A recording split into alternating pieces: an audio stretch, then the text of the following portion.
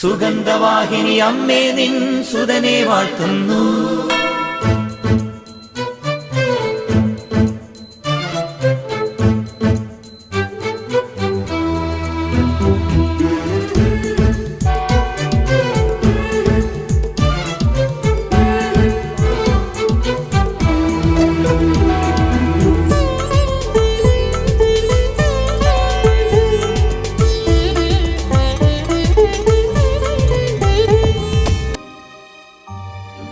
സ്നേഹമുള്ള സഹോദരങ്ങളെ, പ്രഭാതവന്ദനം. ഇന്നത്തെ സുവിശേഷം നായിൻ പട്ടണത്തിലെ വിധവയുടെ മകനെ മരണത്തിൽ നിന്ന് ഈശോ എഴുന്നേൽപ്പിക്കുകയാണ്. ഇതിൻ്റെ ഒരു കാരണം ഞാൻ മനസ്സിലാക്കുന്നത് ഈ വിലാപയാത്രയിൽ കാണാൻ പറ്റും. ഈ സ്ത്രീയോടൊപ്പം ഒരു വലിയ ജനക്കൂട്ടം അവളെ പിന്തുടർന്നു എന്നാണ്. അതായത് അവളുടെ ജീവിത വിശുദ്ധി കാരണം അനേകർ ഇവളോടൊപ്പമുണ്ട്. നോക്കുക, ഇവരുടെ ഈ കുടുംബത്തിന് വേണ്ടി സപ്പോർട്ട് ചെയ്യുന്ന ഒരു വലിയ സമൂഹത്തെ ഇവിടെ കാണാൻ പറ്റും. അത്രയ്ക്ക് മാത്രം വേണ്ടപ്പെട്ടതായിരുന്നു ഈ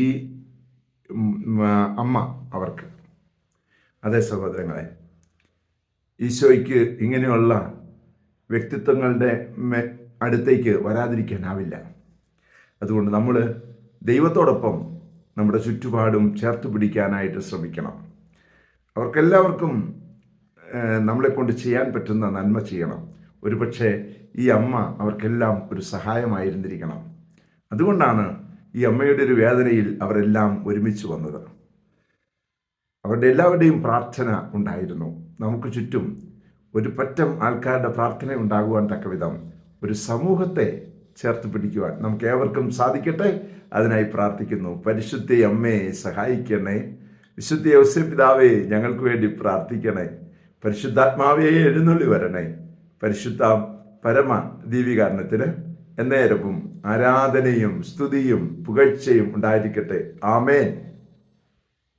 നമ്മുടെ കർത്താവായ യേശുക്രിസ്തുവിന്റെ കൃപയും പിതാവായ ദൈവത്തിന്റെ സ്നേഹവും പരിശുദ്ധാത്മാവിന്റെ സംസർഗവും സഹവാസവും സ്നേഹവും ശക്തിയും കൃപയും എല്ലാ അനുഗ്രഹങ്ങളും സമൃദ്ധമായി നിങ്ങൾ ഏവരോടും കൂടെ ഉണ്ടായിരിക്കട്ടെ, ഇപ്പോഴും എപ്പോഴും എന്നേക്കും.